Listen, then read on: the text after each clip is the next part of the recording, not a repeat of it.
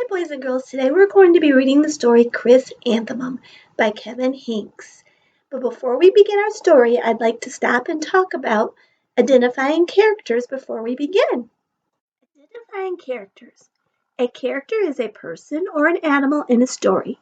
When you are reading or listening to a story, ask, what do the characters say? What do the characters do? How do the characters feel? Asking questions about characters helps you understand the story. What are characters? Characters are people, animals, or objects that talk in the story. How do we figure out who the characters are? We ask, who are the people or animals or objects in the story? Who is talking? Why do we do this? Good readers pay attention to the characters to help them understand what is happening in the story. Okay, remember to think about identifying the characters and what the characters are doing as we read the story. I hope you enjoy. Chrysanthemum, written by Kevin Henkes.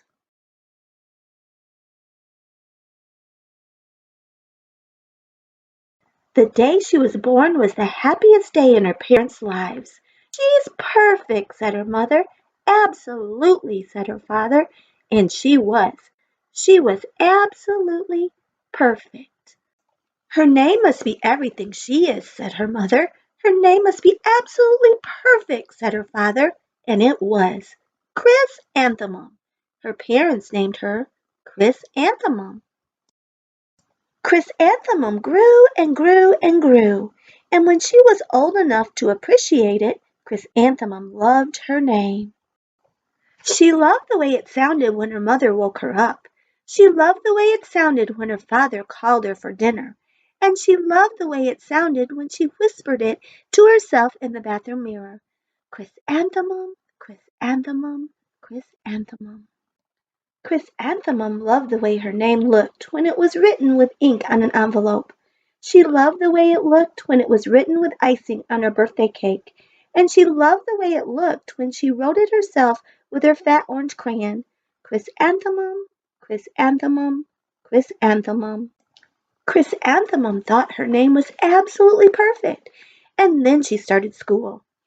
On the first day, Chrysanthemum wore her sunniest dress and her brightest smile. She ran all the way. "Hooray!" said Chrysanthemum. "School!" But when Mrs. Chud took roll call, everyone giggled upon hearing Chrysanthemum's name. "It's so long," said Joe. "It scarcely fits on your name tag," said Rita, pointing. "I'm named after my grandmother," said Victoria. "You're named after a flower." Chrysanthemum wilted. She did not think her name was absolutely perfect. She thought it was absolutely dreadful.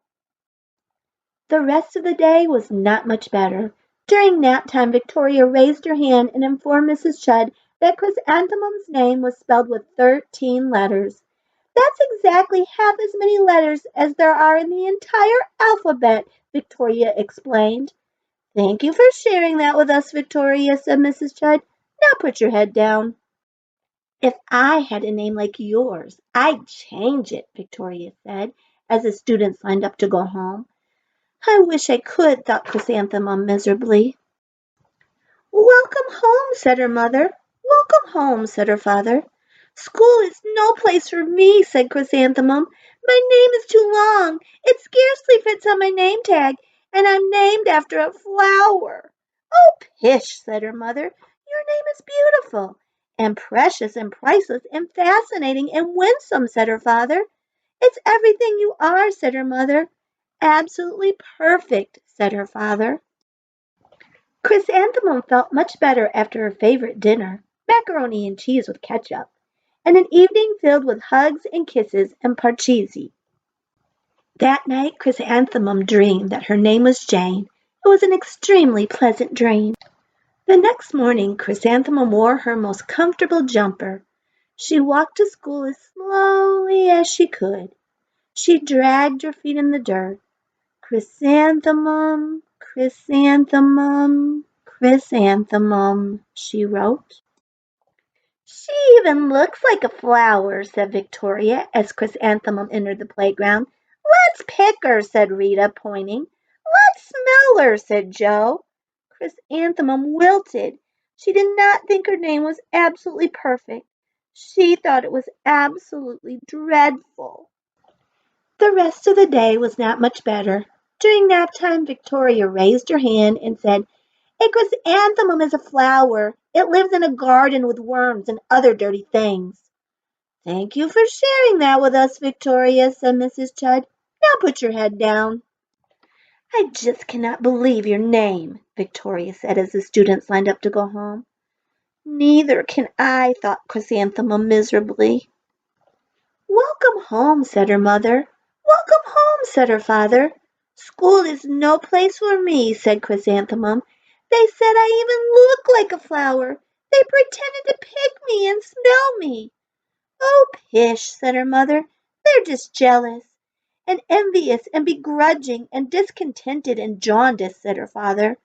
"Who wouldn't be jealous of a name like yours?" said her mother. "After all, it's absolutely perfect," said her father. Chrysanthemum felt a trifle better after her favorite dessert, chocolate cake with buttercream frosting, and another evening filled with hugs and kisses and parcheesi.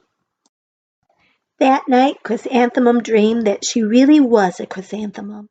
She sprouted leaves and petals. Victoria picked her and plucked the leaves and petals one by one until there was nothing left but a scrawny stem.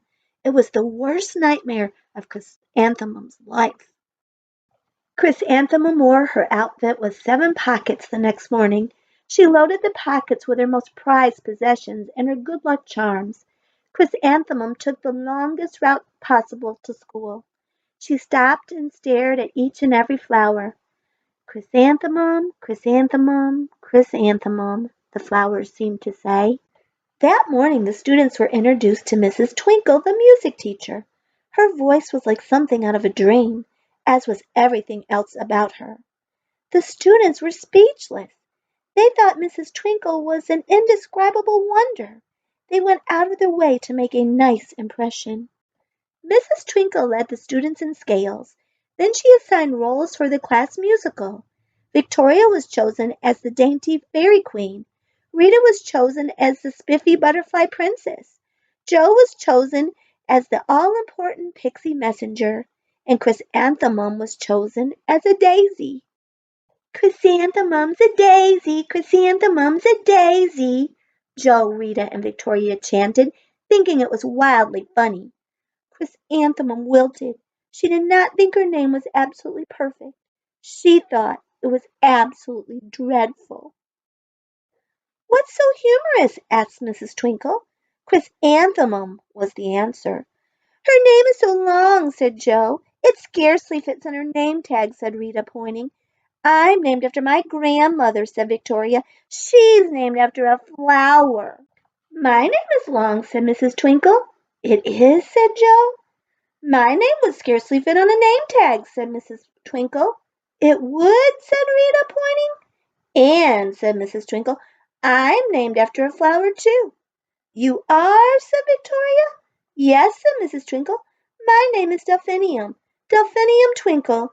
And if my baby is a girl, I'm considering Chrysanthemum as a name. I think it's absolutely perfect." Chrysanthemum could scarcely believe her ears. She blushed, she beamed, she bloomed. Chrysanthemum, chrysanthemum, chrysanthemum. Jo, Rita, and Victoria looked at Chrysanthemum longingly. "Call me Marigold," said Jo. "I'm Carnation," said Rita, pointing. "My name is Lily of the Valley," said Victoria. Chrysanthemum did not think her name was absolutely perfect. She knew it. Overall, the class musical was a huge success. Chrysanthemum was absolutely perfect as a daisy. Victoria made the only mistake. She completely forgot her lines as the dainty fairy queen. Chrysanthemum thought it was wildly funny, and she giggled throughout the entire dance of the flowers. Eventually, Mrs. Twinkle gave birth to a healthy baby girl, and of course, she named her Chrysanthemum. I hope you were listening because now I have some questions. Was Chrysanthemum a mouse, an elephant, or a penguin? Yes, she was a mouse. In the middle of the story, when all the kids were teasing her about her name, how did Chrysanthemum feel about her name? She was very sad. Was Chrysanthemum named after a dress, flower, or shoes? Yes, she was named after a flower. And the last question at the end of the story, how did Chrysanthemum feel about her name? Was she happy, sad, or surprised? Yes, she was happy and proud of her name. Well, that was the end of our story time, boys and girls. I hope you enjoyed it. I'll see you next time.